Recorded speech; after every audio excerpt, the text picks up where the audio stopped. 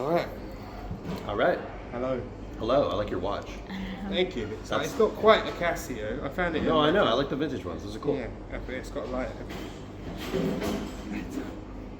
When I'm watching you play, I'll be like, how much longer? Just kidding. All right. I love your music. Thank you, brother. Appreciate it. I really do.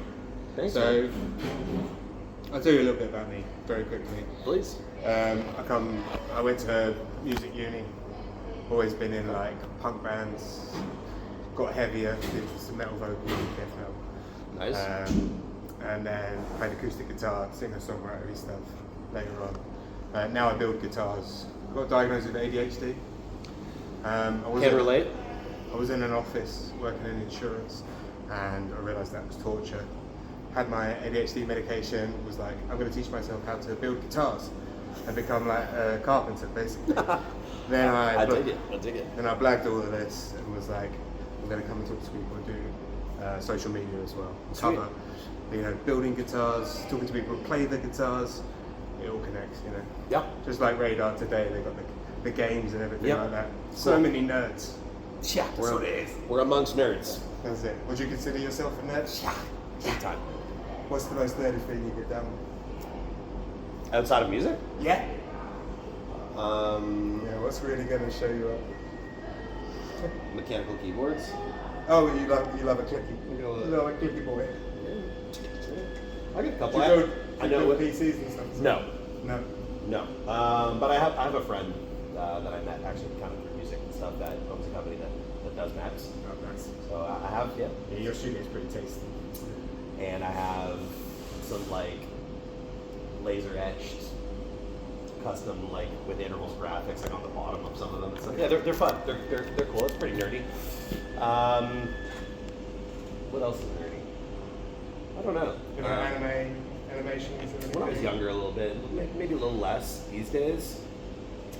So with titles and your songs like 5HDP, you a bit of a space case?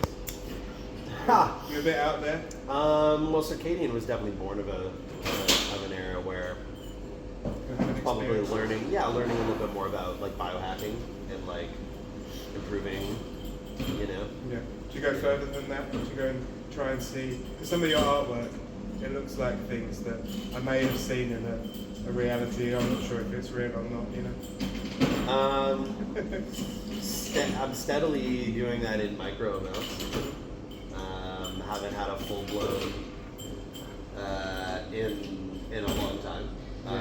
But it does look like some of the stuff. Oh no, in your artwork. he's been there and back. Yeah, good. I understand. But steady in a micro capacity. Yeah. What do you think? What do you think it is? What that intrigues me about? What do you think that other side is? Oh, I think it just takes the shackles off. I think it's already in there. I just don't think that in there or out there. That's quite a good question. Do you think it's in your head? Probably both. Yeah. Because really, we take in information and we sort of make it in our brain. Right. I think there's still some physicality. Yeah. External. I think what's out there, the external is, perceived differently depending on how unbridled you are on the inside. Yeah. And there's a lot on the inside to perceive, and whether or not you're capable of parsing that in a way that's inhibited by the things that hold you back, or maybe those things are out of the way for a little while and you can confront those things. So I think like external and internal think both equally. I'm on a bit of a journey recently. Like I spent a lot of my formative years, like 20 to 30, and like staunch atheist, like Richard Dawkins level, Okay. learning as much as I could about different religions. It really always interests me. I've always been really curious. Mm-hmm. So I wanted to learn as much about the universe as I can, but in that I did find this sort of, militant atheist view. And it's only more recently through some of these experiences that now I actually believe in God, which for somebody that was so far the other way, I'm still trying to understand it and like work out what God means, Well, I think it's largely interpretive, so Yeah. I still, even though you framed it that way. I still don't take it like necessarily. I think there's a lot of nuance in that, and I'm learning that I was never so interested in religion myself. I can't say that I necessarily am currently either. I like the history side of it. Exactly. I like to understand why certain people and places hate other people. Well, whether put it's things into context, it matters right now, but whether it's about conflict or whether it's about understanding why the mechanism of religion exists in the first place, and why that might be a useful device for those that need to wield it, or a useful device for those that need to, you want to talk about shackles. I mean, some people might feel like they need to put the shackles on. It might be guardrails. Because they're too free without Well, yeah, and it's not even lack about of self-control. Yeah, and it might not even necessarily be about temptation or even conscious.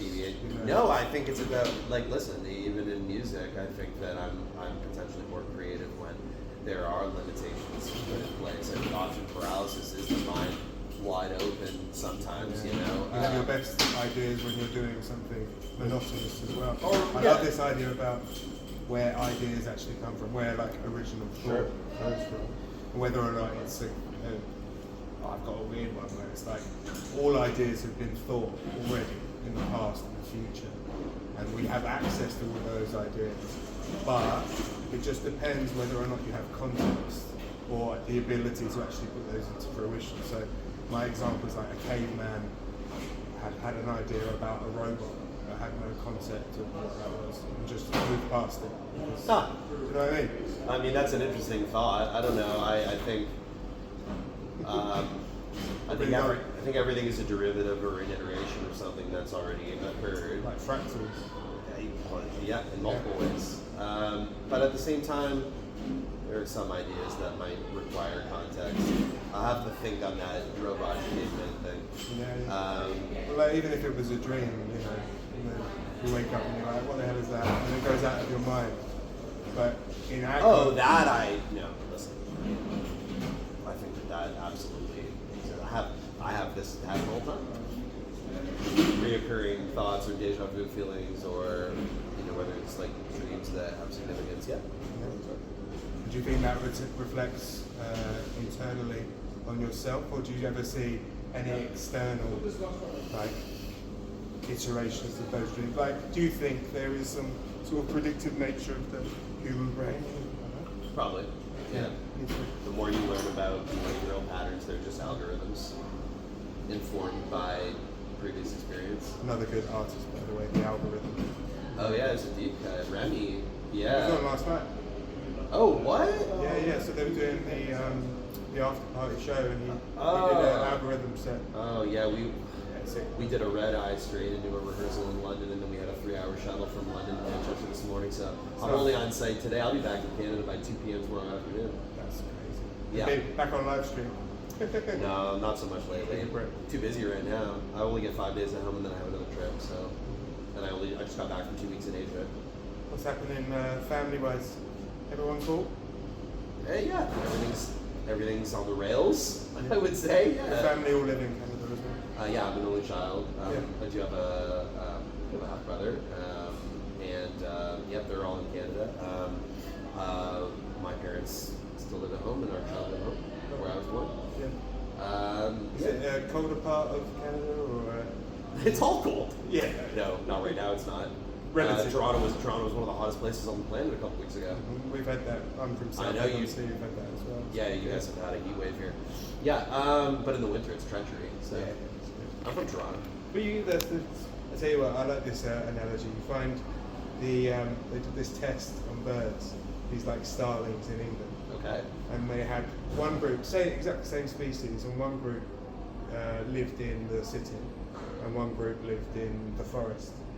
And then they did cognitive tests on those groups of birds, and even though they're exactly the same species, the ones that were in the city, it was so easy for them to find food that they were never challenged, and so they never learned. And then the ones that were in the forest, they had to learn to turn things over, had to learn how to interact with water and things. For sure. So when they tested them, they were the ones that could find, they were deemed more intelligent. So tests is what it's all about. I believe that. Yeah, you can't learn without the bad. That's the yin and yang of it, isn't it? It's you need the bad. I got one on me. You've got 8 minutes. No, I mean, I got it. I thought you were watching. I said keep, you got me back for when I said I was going to watch your and set. I keep it, and I keep it where I would keep the time. Have you seen? So they've done this like X-ray 3D imaging of what photons, individual photons of light would look like. Actually, no, it's quantum. You know, quantum entanglement. You know where they get one and then it affects the other. They basically 3D imaged this. I can't show you. Oh no, we've got the phones in there. I can't.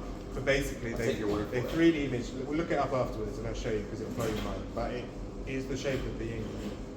Oh, that's interesting. So well, I wholeheartedly believe it because so this is my thing about ideas. So if you imagine, like, what thousands of years ago, some guy in China is meditating and gets the idea of the yin, and now with science, something that we could never physically see with the eye is actually a representation of quantum entangled photons of light. Which may or may not be divine coincidence. Wow, it just means, well, I'm leaning towards the universe is God. And so an understanding, I'm quite pleased that it came from an atheist perspective. I'm glad that I learned as much about the universe as I can, but we also know that it only goes so far. We know that goes up to a few moments after the Big Bang. Before that, it's anyone's guess. Sure. So there's always space for this, I think. That's what being a human is. That is true. Please keep making beautiful music. Have you got? Thank you. What else is coming out? Are you collabing with anyone cool?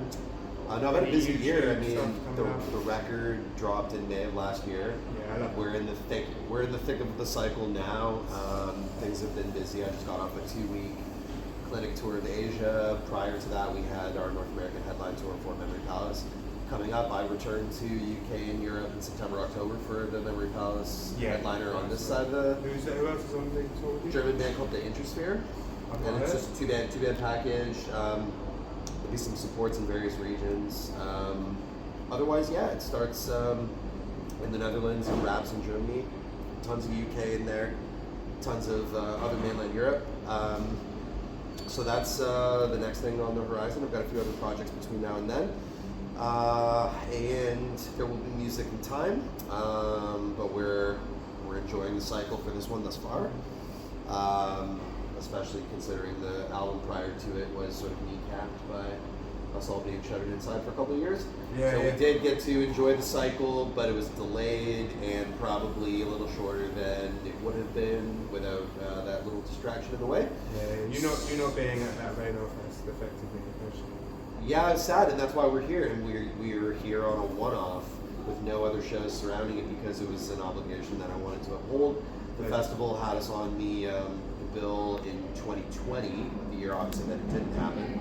And we've been fortunate to receive an offer every subsequent year. We even had to punt a couple of those. They've been very understanding, and I'm happy to be here. Yes, we did this as a one-off. Like I said, I've departed